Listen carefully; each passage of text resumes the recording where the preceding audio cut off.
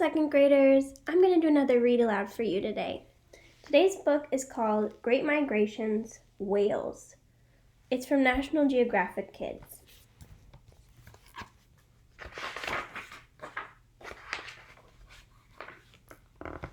Here's the table of contents that tells us what we're going to find in the book.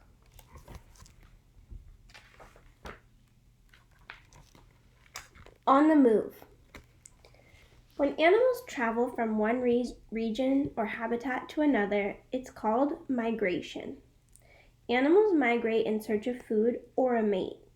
Migration helps animals survive on Earth. Many animals migrate. The sperm whale is one of them.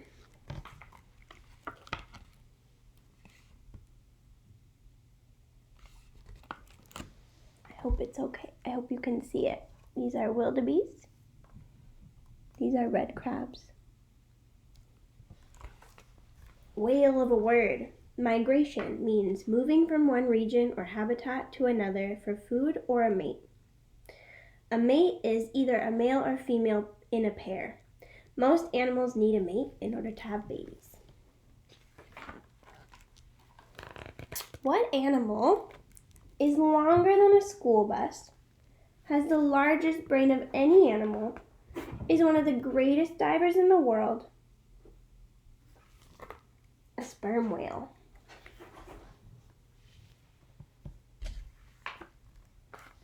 Wondrous whales. Sperm whales are amazing creatures. They are the largest toothed predator on the planet. Males are larger than females. Males weigh up to 50 tons and grow up to 60 feet long.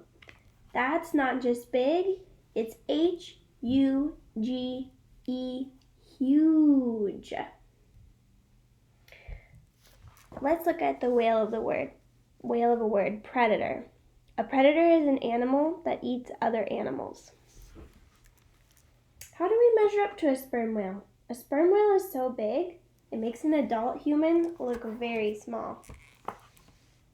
Here's a picture. A sperm whale's head is big too. It makes up 1/3 of its entire body length. Its brain is the largest of any animal on Earth and weighs as much as 20 pounds. Here's a weird but true fact. A sperm whale's brain is 5.5 times heavier than a human brain.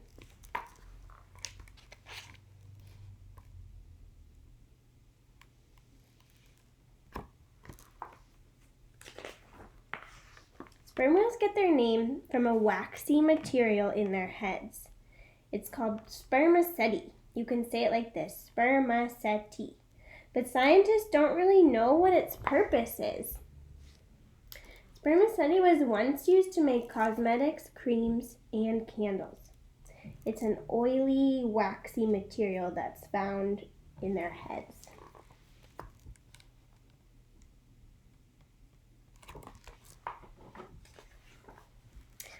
We know a lot about sperm whales. They have a tail fluke that powers a sperm whale to swim up to 23 miles per hour. The tail fluke is about 16 feet from tip to tip. Their skin is dark gray or black and wrinkled like a prune. They have flippers to help them steer. They have a blowhole that they use for breathing, and sperm whales can hold their breath for up to 90 minutes. Sperm whales have a massive head and a rounded forehead. They have big teeth too. They have a lower jaw that has 36 to 50 teeth. Its upper jaw is toothless. Sperm whales are carnivores. That means they eat meat. Did you know the heart of an average sperm whale weighs 277 pounds? About as much as 2 adult humans. Here's all the parts of the whale. This is the tail over here. This is the tail fluke that I was reading about first.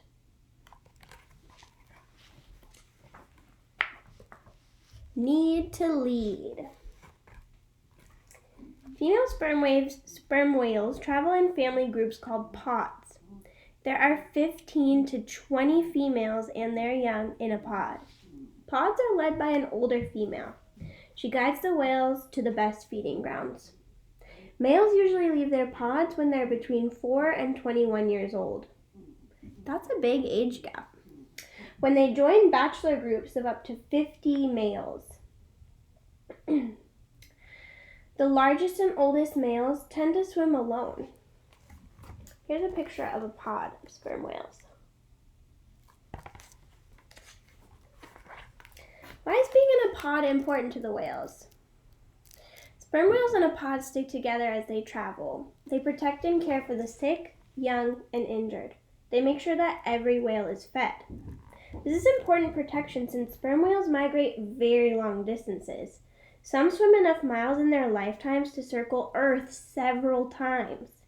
They migrate according to the season.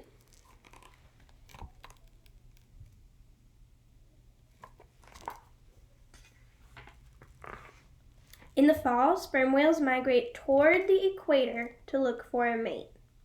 So that would be south of us. Female whales and their young stay in the warmer tropical and subtropical waters year-round. Males, especially large males, travel much farther. They may swim as far north as Greenland and as far south as Antarctica. During the spring and summer, sperm whales swim farther away from the equator in search of food. So, if this is a map of the Earth, this white line would be the equator. So in the fall, sperm whales swim towards the equator, and in the spring and summer, they swim away from the equator, north towards Greenland or south towards Antarctica. The equator is an imaginary line around the Earth. It's an equal distance from the north and south poles. So basically imagine cutting the Earth in half. That line would be the equator. What a feast! Sperm whales eat a lot, about 1 ton of food every day. That's 2,000 pounds of food every day. Their favorite food is large squid found in deep waters. They can eat about 700 squid in one day. Sperm whales also eat octopus, fish, shark, and skate. Sometimes there's not enough food in one part of the ocean. While they search for food, whales can survive on their fat that's called blubber. That's stored in their bodies. Blubber is a layer of fat that turns into energy to heat up the whale's body. Here's that giant squid that they really like to eat. And then this is the octopus, fish, and that's skate. Skate looks like a ray to me. Deep sea divers. Time to dive for dinner. Sperm whales dive deeper than any other whale. They can dive more than 9,000 feet. How deep is that? It's about 1.7 miles. That's the height of about 6 Empire State Buildings stacked on top of each other. So here's a graphic that shows that.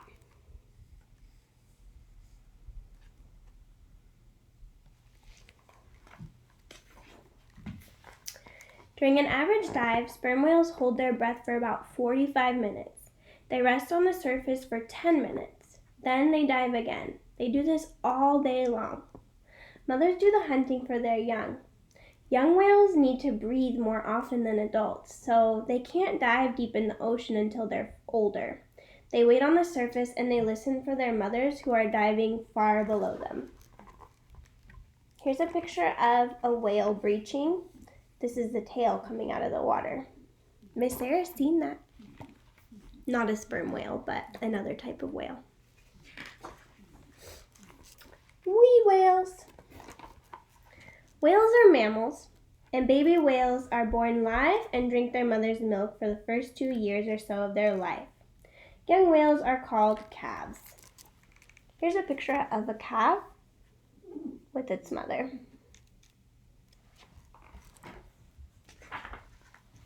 Calves are born tail first and take their first breath within seconds of being born. They learn to swim within 30 minutes. Just like human kids, calves can be playful. They play on the surface of the water while the older whales are diving. Did you know that male sperm whales don't stop growing until they're about 50 years old? Females stop growing at about 30. Here's some calves playing on the ocean surface. 10 cool facts about sperm whales. Number 1. Newborns weigh about 1 ton and are 13 feet long. Number 2. Their heart rate slows during deep dives so they don't waste oxygen. Number 3. Their teeth are 10 inches long and weigh about 2 pounds each. Number 4. A sperm whale's blowhole is S-shaped. Number 5. They smack their tails loudly on the water's surface. It's a mystery why they do this. They might be talking to other whales, but we're not really sure. Number 6. Many whales in a pod help care for their young. Number 7. Their eyes are located far back on their heads. They can't see directly in front or in back, only to the side. Number 8. Some scientists think that spermaceti may help a sperm whale to dive and to rise to the surface. Number 9. Male calves stay with their mothers for at least 4 years, but females stay with their mothers for a lifetime. Number 10. They are mysterious because they spend most of their time in the deep oceans, a place humans can't easily go to study them.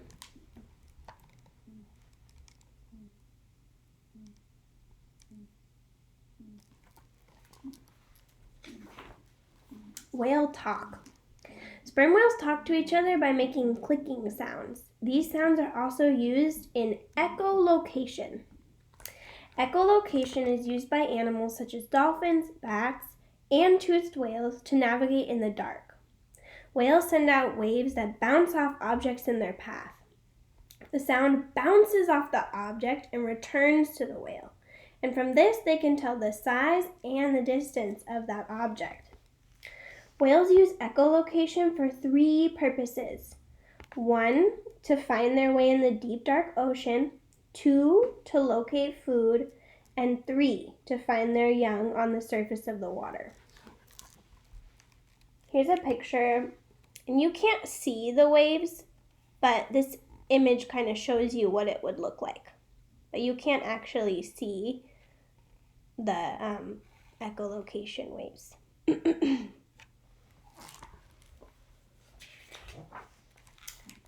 Deadly dangers. A giant squid might be a sperm whale's favorite meal, but it's also a whale's worst enemy. In fact, some meetings with squid can lead to a deadly fight. Scars shaped like suction cups on a sperm whale's body are signs of a fierce battle with a squid. Orcas sometimes attack sperm whales too. When attacked, sperm whales form a circle to protect the sick and young whales. Then they can fight off the attacker with their huge tails.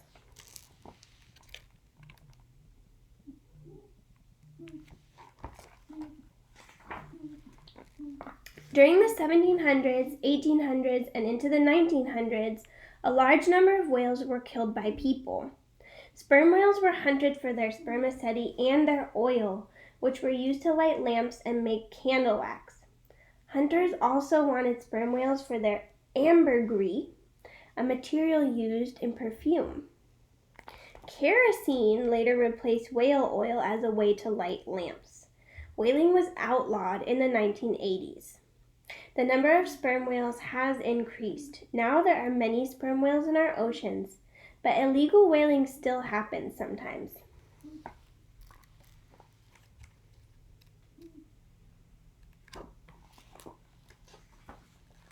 Chemicals from factories, boats, and other human activities are dangerous to whales and the environment. This is called pollution.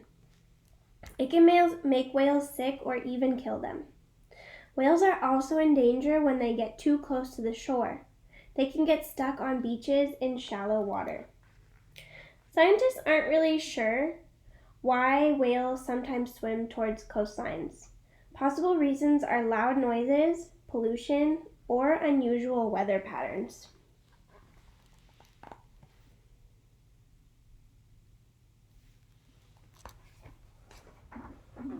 But there is good news. Organizations are working to stop oil spills and other pollutants in our oceans. People are using fewer plastic bags that may end up in the oceans and hurt sea animals. Also, researchers are discovering why whales get stranded and what we can do about it. And there are organizations like Greenpeace that are working to stop illegal whaling. The Sea Shepherd Conservation Society is another group that enforces whaling laws and saves whales from being killed. The best news of all is that sperm whales appear to be thriving in our oceans today. That means they're not just surviving, but they're doing really well.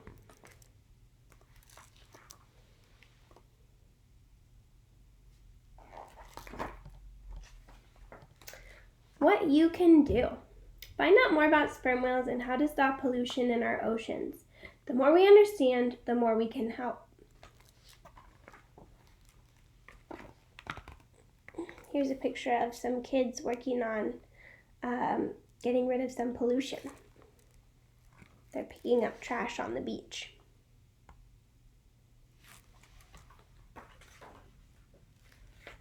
And then here's the glossary. A glossary is something that comes at the end of some books that tells us what the major vocabulary words are in that book. So if you ever see a glossary, it's a good place to go if you're confused about a word. I hope you liked that book.